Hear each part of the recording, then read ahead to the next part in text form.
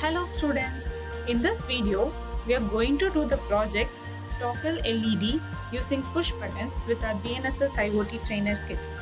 For that we need LEDs, jumper wires, resistors, push buttons and Arduino Uno from our kit. To do the project we need to create the circuit as per this schematic diagram. The LED, resistors, push buttons are pre-wired on our plug-and-play circuit board. So, simply connect the LEDs pin to Arduino pin D5 and connect push button pin to Arduino pin D7. After connecting the circuit, upload the project to the Arduino Uno using Arduino IDE as shown in our Arduino IDE tutorial video. After completing the code uploading process, we just have to check the output of the project to see if the LED is on when we press the button.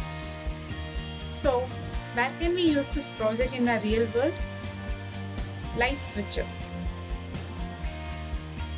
When we press the switch, the light will turn on, and when we press the switch again, the light will turn off.